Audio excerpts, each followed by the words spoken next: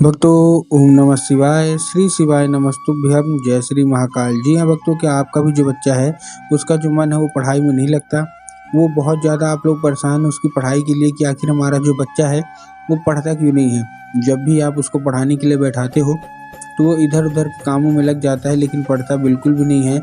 आप लोग परेशान भी बहुत ज़्यादा रहते हो कि आखिर ऐसा क्या हो गया जिसके कारण हमारा जो बच्चा है उसका जो मन है वो पढ़ाई में नहीं लगता। जब भी आप उसको पढ़ाने के लिए बैठाते हो तो इधर उधर के कामों में लग जाता है, लेकिन पढ़ता बिल्कुल भी नहीं है। तो ऐसे में कौन सा उपाय करें कि आपका जो बच्चा है वो पढ़े? आज की इस वीडियो के माध्यम से हम आपको उपाय बताने वाले हैं। अगर आपने आज का ये उपाय ध्यान से सुन के अच्छे से कर लिया तो अवश्य रूप से है कि आपका जो भी बच्चा है जिसका मन पढ़ाई में नहीं लगता ना, अवश्य रूप से उसका जो मन है ना वो पढ़ाई में लगेगा ही लगेगा। क्या करना है, कैसे करना है, पूरा आपको समझाने वाला हूँ। तो बस उपाय ध्यान से सुनिएगा, अच्छे से करिएगा। अगर आपने आज का ये उपाय ध्यान से सुन के अच्छे से कर लिया तो अवश्य रूप से है कि आपका जो भी बच्चा है जिसका मन पढ़ाई में नहीं लगता, अवश्य रूप से उसका जो मन है ना वो पढ़ाई की ओर आकर्षित होगा ही होगा। क्या करना है, कैसे करना है, पूरा आपको समझाने वाला हूँ। तो बस उपाय ध्यान से सुनिएगा, अवश्य रूप से करिएगा। देखिए, पूज्य गुरुदेव की जो कथा होती है ना, जैसे कि आपको पता है कि पूज्य गुरुदेव की कथा में लाखों की भीड़ आती है। क्या आती है? लाखों की भीड़ आती है। और जब गुरुदेव की कथा में लाखों की भीड़ आती है तो वहाँ ज़्यादातर जो भक्त रहते हैं वो क्या करते हैं, पत्र के द्वारा अपनी मनोकामना गुरुदेव तक पहुँचाते हैं। किसके द्वारा? पत्र के द्वारा। तो अभी गुरुदेव की कथा चल रही थी, आज से 4-5 महीना पहले की बात है। गुरुदेव की कथा चल रही थी और जब गुरुदेव की कथा चल रही थी तो वहाँ ज़्यादातर जो भक्त आए ना, उन्होंने क्या किया, पत्र के द्वारा, किसके द्वारा? पत्र के द्वारा अपनी मनोकामना गुरुदेव तक पहुँचाई। अब जब गुरुदेव के पास पत्र पहुँचा और गुरुदेव ने पत्र पढ़ा, ठीक, जब गुरुदेव के पास पहुँचा और गुरुदेव ने पत्र पढ़ा तो उसमें क्या किया उन्होंने, जब गुरुदेव ने पत्र पढ़ा तो उन्होंने देखा कि ज़्यादातर लोगों की मनोकामना है, क्या मनोकामना है, कि गुरुदेव हमारा जो बच्चा है ना उसका जो मन है वो पढ़ाई में नहीं लगता। जब भी हम उसको पढ़ाने के लिए बैठाते हैं तो इधर उधर के कामों में लग जाता है, लेकिन पढ़ता बिल्कुल भी नहीं है। तो ऐसे में कौन सा उपाय करें? कृपया करके कोई उपाय बता दें। हम लोग बहुत ज़्यादा परेशान हैं। जब गुरुदेव ने ये देखा तब गुरुदेव ने 2 से 3 उपाय बताए और कहा केवल और केवल ये उपाय कर लेना, तुम्हारा जो भी बच्चा है अवश्य रूप से उसका जो मन है ना वो पढ़ाई की ओर लगेगा ही लगेगा। तो कौन सा उपाय करना है, देखिए पूरा आपको बताने वाला हूँ। अगर आपने उपाय किया, अब जब लोगों ने वो जाके उपाय करना शुरू किया तो वही लोग गुरुदेव की कथा में मात्र 1 से 1.5 महीने के बाद वापस आए। वही लोग गुरुदेव की कथा में 1 से 1.5 महीने के बाद वापस आए। अब जब वही लोग गुरुदेव की कथा में वापस आए तो उन्होंने क्या किया, फिर से एक बार गुरुदेव को पत्र लिखा। लेकिन ये वाला जो पत्र था ना, ये गुरुदेव को धन्यवाद के रूप में पत्र था कि गुरुदेव धन्य हो आपका, आपके द्वारा बताया गया उपाय हमने कर लिया है। हमारी सारी की सारी जो इच्छा है ना, सारी की सारी जो मनोकामना है पूरी हो गई है। क्यों?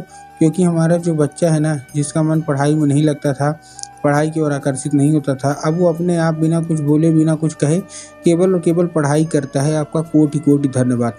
तो देखिए, जो लोग भी मेरी आवाज़ सुन रहे हैं ना, अगर आपको भी जानना है कि आखिर ऐसा कौन सा उपाय है जिसको करने मात्र से लोगों की मनोकामना पूरी होती है और उनका जो बच्चा होता है वो पढ़ने लगता है, तो चलिए हम बताते हैं आपको आज की इस वीडियो के माध्यम से कि आपको करना क्या है। बस उपाय ध्यान से सुनिएगा, अच्छे से करिएगा, ठीक।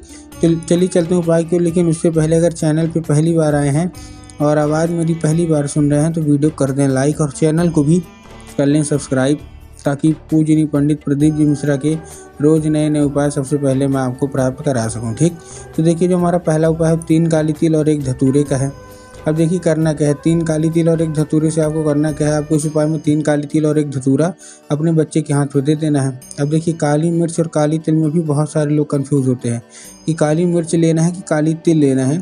इसलिए गुरुदेव ने साफ साफ बताया है कि आपको क्या लेना है, आपको लेना है काली तिल, उसके साथ 1 धतूरा ले लीजिए। ले लिया, लेने के बाद आपको करना क्या है, जैसे आपने ले लिया, लेने के बाद आपको एक नाम लेके पहुंच जाना है। सबसे पहले तो शिव मंदिर पहुंच जाना है। शिव मंदिर पहुंचने के बाद दक्षिण दिशा में खड़े होना है और उत्तर की ओर चेहरा कर लेना है।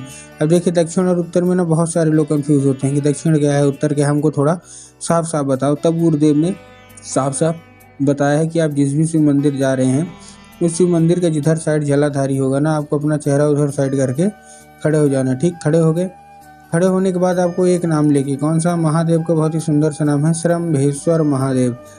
तो बस आपको करना क्या है, आपको श्रम्भेश्वर महादेव का नाम लेके उन्हीं का स्मरण करके आपको चुपचाप क्या करना है, आपको अर्पित करवा देना है बस। पूज्य गुरुदेव कहते हैं कि अगर आपने ये उपाय कर लिया तो अवश्य रूप से मनोकामना पूरी होनी ही होनी है। ठीक, ये था कौन सा हमारा, ये था हमारा पहला उपाय। अब हम चलते हैं अपने दूसरे उपाय की ओर। अब देखिए जो हमारा दूसरा उपाय है, दूसरे उपाय में आपको करना क्या है। इस उपाय में सभी माताओं को करना है एक लाल फूल से। लाल फूल आप ले लीजिए, कोई भी ले लीजिए, गुलाब का ले लीजिए, गुड़हल का ले लीजिए, बस ले लीजिए। इस उपाय में आपको माता सरस्वती की फ़ोटो या मूर्ति होना अति अनिवार्य है। अगर आपके घर में माता सरस्वती की फ़ोटो या मूर्ति है तब तो अच्छी बात है, लेकिन अगर आपके घर में माता सरस्वती की फ़ोटो या मूर्ति नहीं है तो आपको बाज़ार जाना है, माता सरस्वती की फ़ोटो लाना है और अपने घर में उनको स्थान देना है। ठीक, दे दिया। देने के बाद आपको क्या करना है, स्थान देने के बाद शाम के वक्त जब भी आपके घर में पूजा पाठ होता है, ठीक, तो आपको क्या करना है, माता सरस्वती को अर्पित करना है। और माता सरस्वती को अर्पित करते वक्त माता से उसको औषधि के रूप में मांगना है कि माता कृपया करके हमको इसको औषधि के रूप में प्रदान करिए। हमारा जो बच्चा है उसका जो मन है वो पढ़ाई की ओर बिल्कुल भी नहीं लगता। अब आपको भी पता है और पूज्य गुरुदेव भी बताते हैं कि माता सरस्वती को स्वयं मतलब ज्ञान की देवी कहा जाता है। तो बस आपको करना क्या है, आपको वही फूल उठाना है। जब आपका बच्चा रात को मतलब खाना पीना खा के सो जाए तो आपको वही लाल फूल उठाना है और अपने बच्चे के माथे पे 2 से 3 बार आपको चुपचाप क्या कर देना है, फेर देना है बस। पूज्य गुरुदेव कहते हैं कि अगर आपने ऐसा कर लिया तो अवश्य रूप से आपकी मनोकामना पूरी होगी और आपका जो बच्चा है जिसका मन पढ़ाई में नहीं लगता उसका मन अब अपने आप पढ़ाई की ओर आकर्षित होगा ही होगा। ठीक है, ये था हमारा कौन सा, ये था हमारा दूसरा उपाय। अब हम चलते हैं अपने तीसरे और आखिरी उपाय की ओर।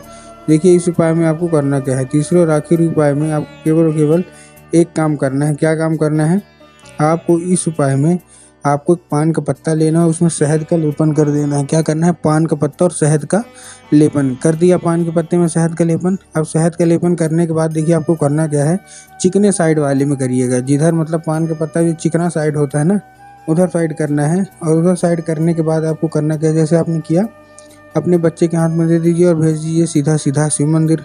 शिव मंदिर भेज दिया।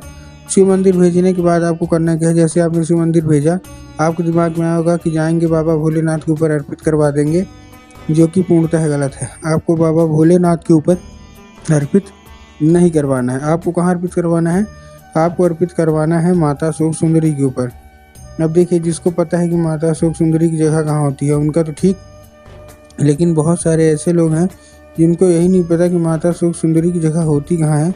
तब गुरुदेव ने साफ साफ बताया है कि आप जिस भी शिव मंदिर जा रहे हैं ना उस शिव मंदिर का क्या होता है, जलाधारी के दाएं साइड में जगह होती है। तो बस आपको करना क्या है, वहीं पास आपको चुपचाप क्या कर देना है, आपको अर्पित कर देना है बस। पूज्य गुरुदेव कहते हैं कि अगर माता शोक सुंदरी प्रसन्न हो गई तो अवश्य रूप से मनोकामना पूरी होनी ही होनी है।